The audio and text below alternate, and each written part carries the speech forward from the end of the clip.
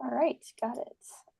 All right, it looks like we are live on YouTube. This is the April 2nd meeting of the OpenJS Foundation Standards Collab Space. And we've got a few friends. We had a very brief, just private chit chat. And so we're kicking off our stream now. We want to start with announcements. Any announcements any project or group may have for us today? No news is good news. I got an out of Michael Champion. Yeah, well, the nominations for the W3C advisory board opened yesterday. Ooh. So we've got a month to think about whether anybody in our community would be appropriate to nominate and potentially support.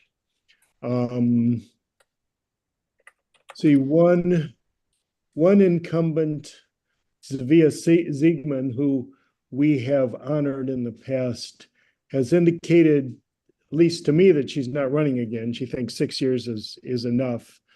Plus, she's unemployed. Anyway,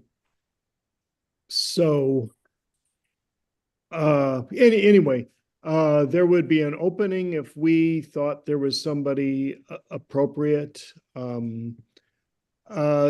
Personally, I wouldn't push hard for it one way or another, but certainly if somebody wanted to get more involved at the governance level in W3C, from a JavaScript or open source perspective, I think we should support them.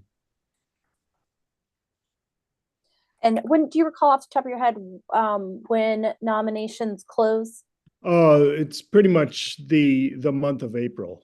Okay. So then the actual election starts like May 2nd or something like that. So it's pretty much 30 days from now. So yeah, we've definitely got some time to, make inquiries and yeah, the advisory board's in transition because now that there's a board of directors, they're less the looking over the team's shoulder to make sure they're doing ordinary business stuff. And I think there's an opportunity to pivot more to be the, leaders, the thought leaders of the culture, as well as the process. So anyway, just throwing that out there. If we wanted to, the JavaScript standardization community wanted to kind of get a foot in the door at W3C. Do you want to provide just a very short summary of the advisory board's role for the W3C, Michael? That'd probably be helpful. The official description is something like it provides guidance to the team and CEO. Their main formal responsibility is the maintenance of the W3C process. But they've defined their role pretty broadly. To a certain extent, they're the members kind of what do you say? Not thinking of a good metaphor, but the not quite executive committee, but the people who commit to spend more time on big picture matters and dig into concerns that arise. Say, new initiatives that W3C should get on, toxic things happening in the industry that W3C might want to stay away from, or just help the people, the team and the CEO with a hands-on developer perspective on what's happening in the web and how W3C could potentially influence it. You would be perfect, of course, Jory, but yeah. Right. There's a lot happening. Small children and things. So use people with Oh, no, more time to I spend was on, yeah. yeah, that would have had a joke emoji. Yeah, I Right, know. It's right. more trouble. I did it for 9 years and it's an awful lot of work. Um, but it's an important role, and we should absolutely think about folks from our web community. The folks who served on the AV have been guiding it through what has been a really interesting time for the W3C, and so I'm sure some of them, would be keen to see new leadership and new folks kind of step in and help carry the load for a little while. So I think it's a good call out to our community. Think about people who would be great for that. Yeah, and especially people who have a vision of how standards and open source work together. That's kind of was my Mhm. passion toward the end of my employment uh, before I retired. But I don't see anybody doing that in W3C right now, although I think it would be very useful. Um, any other announcements or fun shares, I suppose? All right. Then I'll just recap. Toby joined for just a few minutes and had to leave. He provided a super brief update from the Open Source Initiative / Open Policy Alliance. No real meaningful updates on programs. However, the director elections concluded recently, and so we just want to say congratulations to all those who were who won, and thank you to those who ran for the OSI director roles. We're excited to see what you guys do next. Um, Michael, you were just giving a brief overview of the AB nominations being one bit of news. The AC meeting is also happening next week, if I recall correctly, for the W3C. That's in Japan. Yes, it's in Hiroshima. I'm yeah, I'm definitely not going. uh, I mean, you could designate somebody to be your well, do we have a fallback? What do you call it? An alternate? Toby is Toby? one of our alternates. He is also Yeah. not going. No, But not even virtually. um, I may see about joining virtually. The time zone difference is just such a killer. Oh yeah, yeah. Um, Yeah. and I actually was checking in with, so I'll toss it to Leah next, with Torgo, with Dan Applequist, because he's giving a presentation at the AC. So I was going to see if there was anything in particular that he felt we Yeah, needed to maybe we kind of, could follow up in Slack or GitHub's, just yeah, read the agenda together and see if there's yeah, anything that somebody might want to get yeah, up in the middle of the night to right, participate in. right, exactly. So we'll take a look at that agenda and see if there's any. But beyond that, my understanding has been fairly a quiet type kind of period for W3C as Seth gets up to date, Yeah, up to speed. yeah, Um, that's I mean they're just working through all the mechanics of making it a real organization, and it's yeah, boy, am I glad I didn't sign up for the run for the board of directors. That's just a lot of really, detail work. Mark Nottingham, who's now a lawyer, has been doing a lot of heavy lifting there. So I didn't realize he'd got his law degree. yeah, Good, go Mark. yeah. Well, that's standards. Yeah. Standard is sort of a temptation to really, Oh, dude. go over to the Yeah. dark side and Yeah. uh, go pro, as it were. uh that is that siren is singing in my ear lately. So Oh, Abe Bateman, he used to be at Microsoft, or he was on the Edge team at Microsoft. He went to law school and now he's back at Microsoft as a lawyer. So I that's think he's, funny. yeah. That's funny. Leigh, do you have any updates first from the W3C tag group? We do have a call with the W3C team today. which I unfortunately will have to miss because I am on pickup duty, about the appointments, because there's... If you think it could be serious, ask me to call emergency services or someone you...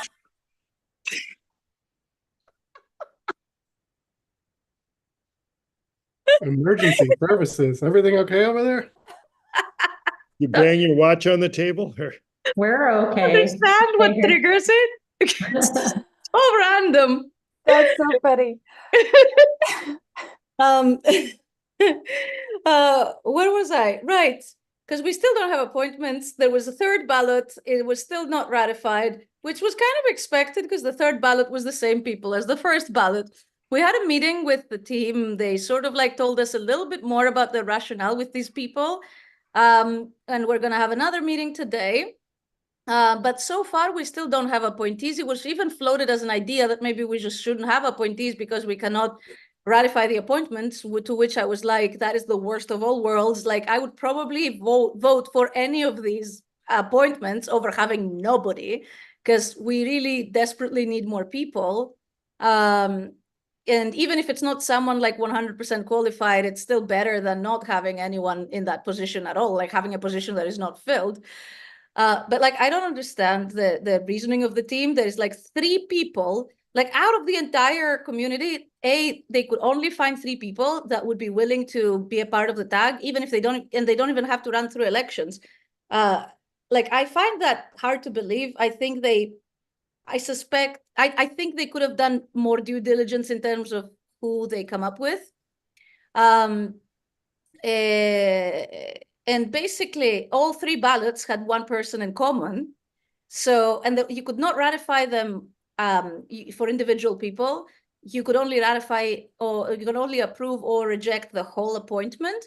So the first proposal was like 2 specific people. Then the second proposal was a different person and one of the people from the first appointment. And the third proposed appointment was the same as the first. And it's like, why would you possibly send the same appointment and expect a different result? Like, we've already voted for that appointment and we've already rejected it. Like, and you cannot say that the tag rejected, like, so that's one thing we found out in this meeting. We asked, is it the AB or the tag that did not ratify the appointments? And it turned out it was the tag. And what was I saying? Right.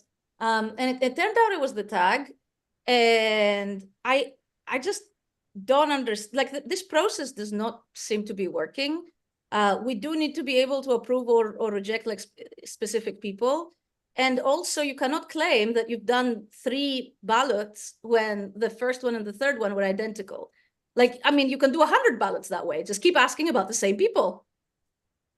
Do they need more Census by ideas exhaustion. for people? Like, think- is it They might. I think they might. And Okay. like, if you have anyone in mind, keep in mind they need to satisfy like certain criteria. Obviously, they need to like have the breadth and depth of knowledge to be on the tag. They need to be willing to be on the tag. Like, I really tried to get David Barron to run it, to be one of the appointees, and he was sort of willing. He was like, it would be nice to come back, but also, you know, there's Jeffrey Yaskin from Google, and I don't want to like step on his toes or anything. And I think like in the end, it didn't work out because of that. Like, he decided not to do it. I think after speaking about it with his manager, which was very unfortunate because he would have been amazing. Like, he used to be on the tag before and he was great. Like, his both breadth and depth of knowledge, like exactly what we need, excellent sense of API design. So like, if you guys have anyone in mind that would fit that description and would also be willing, because not everybody that fits that description is willing, right? I mean, I also tried to get Alex Boxhall again. She didn't want to. So, and I mean, we do have someone for accessibility right now. So at least that part doesn't have the same gap we used to have before. Ideally, someone who would be really good with API design, and especially on the JavaScript side of things. I think we kind of lack that. Like, often it feels like it's basically just me plus, like this. Are we streaming right now? Yes, we are. Yeah, Okay. we are. Okay. Yeah, if we could find someone with like a good sense of API design, because I feel this is not represented enough. And on the other hand, we are very, very skewed towards security and privacy. We have many people who specialize in security and privacy. And I mean, I'm not saying that security and privacy are not important, okay? Like they are very important, definitely. But when so much of the tag is skewing that way, it means that every design review that comes in gets primarily reviewed for security and privacy. And like I was recently in design reviews where there was like a huge conversation about the security and privacy. And then I was like, wait a second, if we look at the API design of this, like it has several issues. And these, nobody had noticed these because like for a while we kept talking about the security and privacy implications. And this happens a lot. Like it has become very skewed that way. So yeah. And it also I just follow up a bit, because the sort of bug in the ambiguity in the process is something that the AB would presumably drive a process revision to clarify. So that's another thing that the AB does. But I suspect there's a similar situation with the AB, that getting people to sign up for that amount of work, getting people who are qualified who will sign up for that amount of work and get their employers to support them, or get somebody like us to support them, is a challenge. I don't know if it's just a trend in the industry, or with all the layoffs, people are focusing on their careers, or or if it's part of just W3C isn't perceived as important anymore. I don't really know. But I'd like to understand that better. Yeah, I agree. I mean, it is scary that they could only get 3 people who would even be willing to get a free appointment to the tag, which 10 years ago was a highly prestigious career enhancing position. But I mean, most people outside the standards world don't even know what being on the tag is. exactly. Like, I have done a little bit of job searching over the last year or so, and like people do not care at all. Like being on the tag is like not even seen as one of the top things that I've done at all. Like most companies don't care at all. They don't even understand what it means.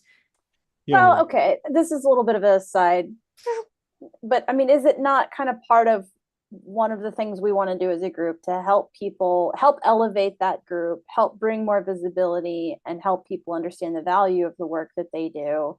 So what, I dropped a couple names in the chat that I would go pester, but aside from that, is there something that we can do to provide a little bit of a bullhorn to say, thank God for this group of people? Excuse me, that's not the right thing to say.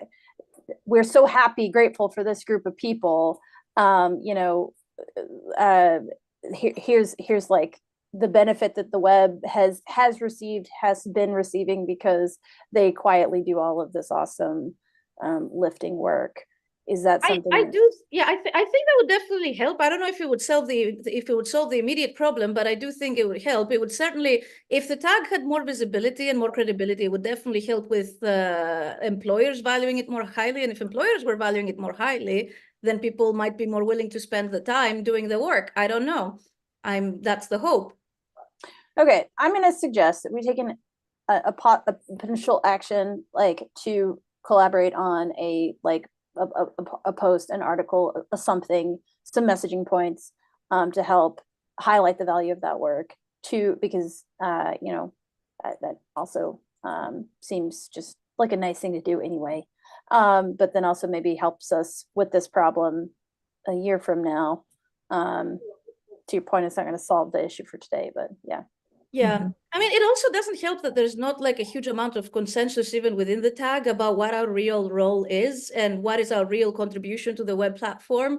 Like, I think the tag could really serve as essentially, how do I put this? Like a sort of like high level product management almost for the web platform, like identifying gaps, like user needs that are not being met, that sort of thing. I mean, I'm not talking about the sort of timelines aspect of product management, but like identifying like what user needs are not being met and what needs to be done. Because right now, all of these are being done by the individual browsers, which each have their individual agendas.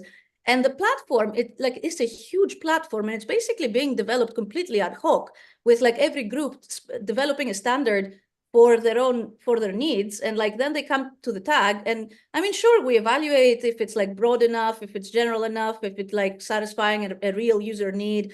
Like we do design reviews, but there is something higher level than that I feel there is nobody right now, there's no entity that is doing that. And also, even within the tag, like we have two deliverables. We have our design reviews, which is basically we get a fire hose of new APIs and proposals that we have to review for a bunch of different things: API design, security and privacy, internationalization, accessibility, all of these things, like sort of on a high level. We can always get other experts.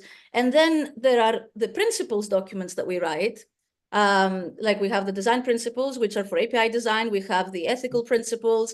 We have, what was the other new one? We do have privacy principles as well. And it's basically, there is a lack of consensus in the tag about which of these two efforts is our primary deliverable and which one is our secondary deliverable. Is our primary deliverable the design reviews, or is it the principles, and the design reviews just inform the principles so that we make sure that they're talking about actual issues that actually come up? And I think if we want the tag to have lasting value, I think this should skew more towards the principles. The principles can make our work doing design reviews, it's the only thing that it could scale. Like right now, there's a fire hose of design reviews. We don't have enough people.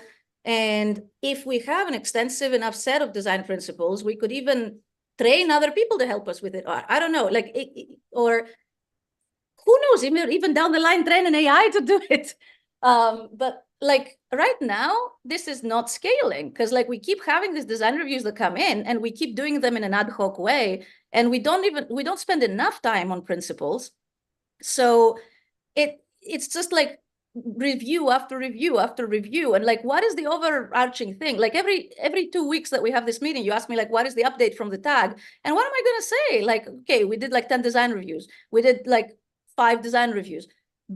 Big fucking deal, right? Like what is the what is the actual like high level contribution to the web platform here?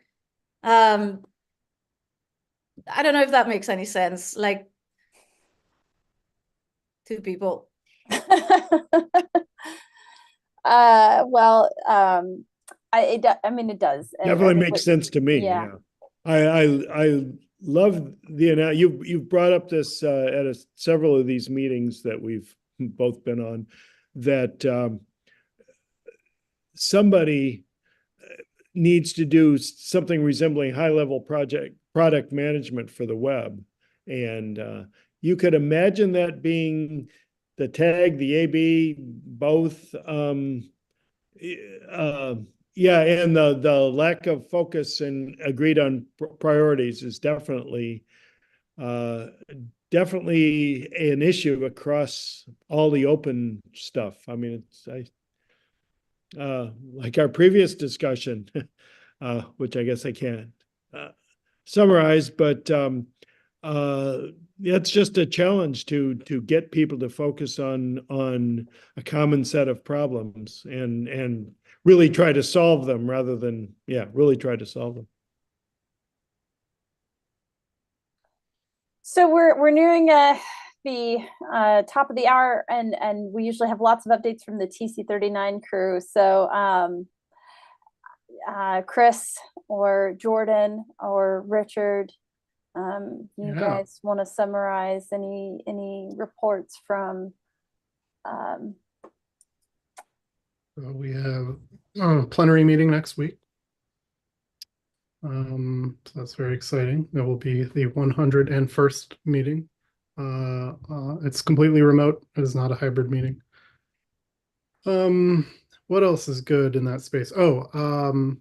So the previously discussed at this meeting, the new task group for experiments in programming language standardization had its first meeting last week, and we had talked about getting the conveners to come to this meeting and talk a little bit more about it. And one of them, so the conveners are Mikhail and Yulia, who some of you probably know. Some of you definitely know. Mikhail had said that he wanted to do it probably sometime in April. So I said I would get back with when would be a good time to do that. So question for this group is, we might have already talked about the exact dates, but the 16th, I guess, or the 30th. Does either one of those work, or is one better than the other? The 30th is better for me because the 16th I'll be at Open Source Summit North America in Seattle. I probably could still make that, but it just means like dropping, not going to the keynotes, which I should go to the keynote for. Yeah, I mean, I don't think this is something that's like super urgent or anything. So I would rather, if we can maximize attendance on the 30th, Yeah. maybe that's better. I agree. Okay, so let's target the 30th because I can definitely And help them. I don't know why. I had originally only emailed Mikhail. I don't know why I did that. But I will, in my follow-up, I will email both Mikhail and Yulia, as they are both conveners of that group. Awesome. Oh, I would share the notes from the meeting, and there was a good deck of intro slides there as well on like what, expanding on the, obviously there's a scope and program of work for the task group, but the slide deck and presentation really kind of expanded on that in more detail, and I think it's really good. But they don't want to publish the notes until the next meeting, when they just make sure everybody's okay with publishing the notes, which is totally fair. What else is good in TC39 world? What am I leaving out? Richard, Jordan? I mean, there's a lot of cool proposals on the agenda. I'm pulling it up right now. So pattern matching has an update on the agenda. There's a proposal for signals going for stage 1 that seems to have interest from pretty much every front-end framework except for React. Not that React has disinterest, but I don't think I think they're the only ones not actively involved in it. There's a couple proposals going for stage 4. I'm trying to advance promise.try and regex.escape. There's iterator.range, math.sumExact. And there's a whole bunch of kind of interesting helper methods and stuff that are up for discussion. Decimal for Yeah, stage 2 decimal's is a up big for. one. I noticed that error stacks is not on the agenda.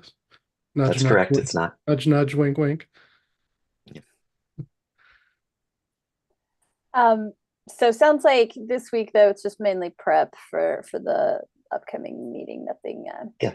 Is there anything that you would want to encourage like our project communities to go take a look at ahead of or just after? Yeah, I mean, if any of our projects are a front end like rendering framework, please look at the signals proposal because you're probably interested if you're not already involved. But other than that, I think all of them kind of affect everyone. So it's always a good idea for anyone involved in the ecosystem to take a look and see what proposals are around every now and then and add your feedback, because it's always helpful to hear use cases or feedback, even if it's not acted on. It's still always listened to. So yeah.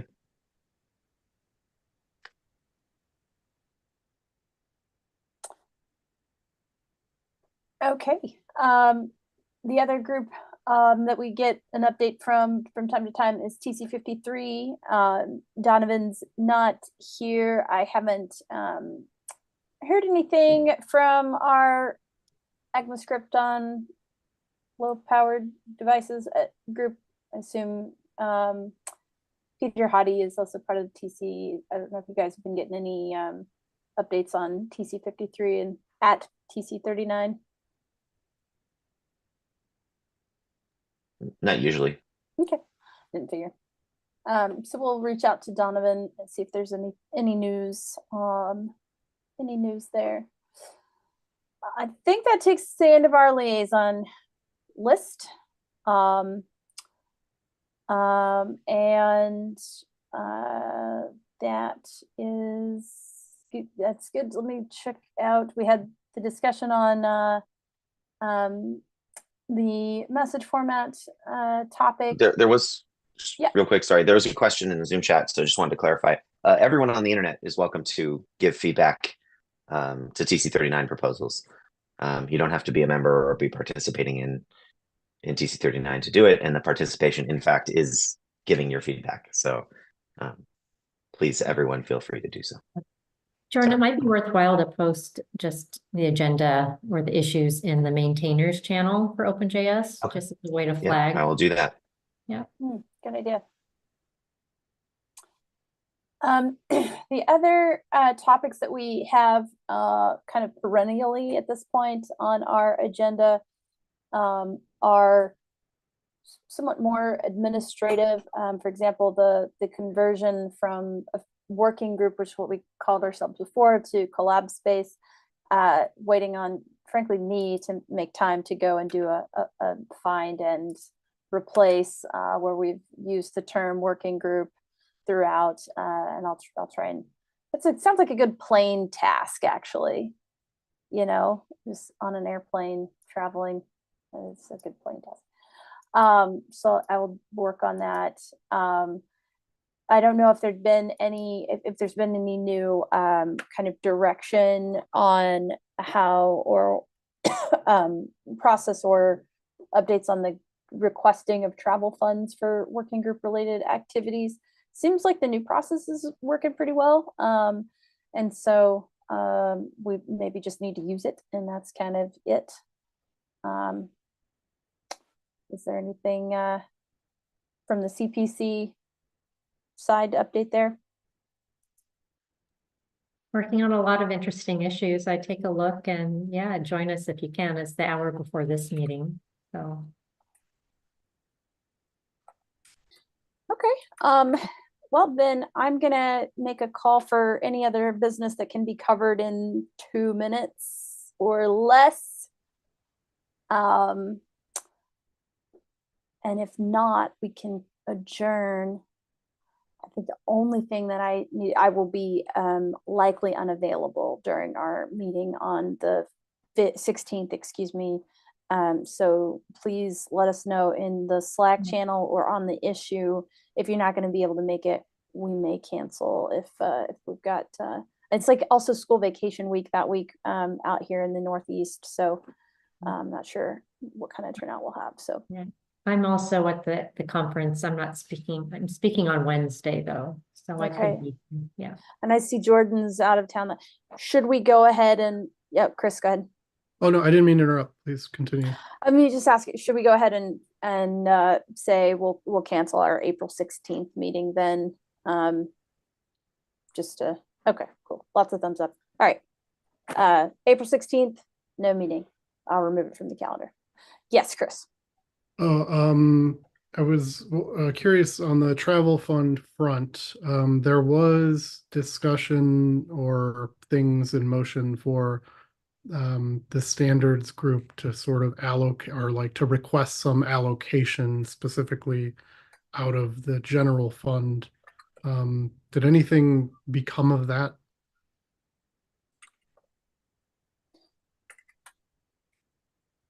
I mean, I think we'd put together sort of like our document, if you will, for like how we would think about supporting targeted efforts. I know that was going to be part of the conversation during the redesign, if you will, phase of the rollout. I'm not sure that they've decided to grant us our own sort of carve out or not.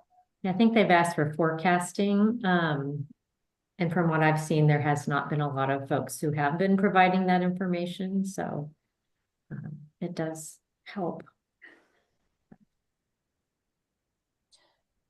My assumption though, Chris, to be like more specific, is that like we don't have our own little kind of thing to that we still like if we're gonna send Emily to a meeting to talk about message format, that we would have them go through the through the CPC's process, but also probably endorse his request because this is definitely connected to our work.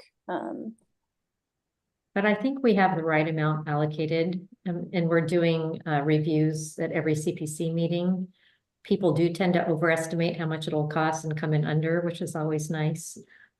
So yeah, if you need it, definitely ask for it.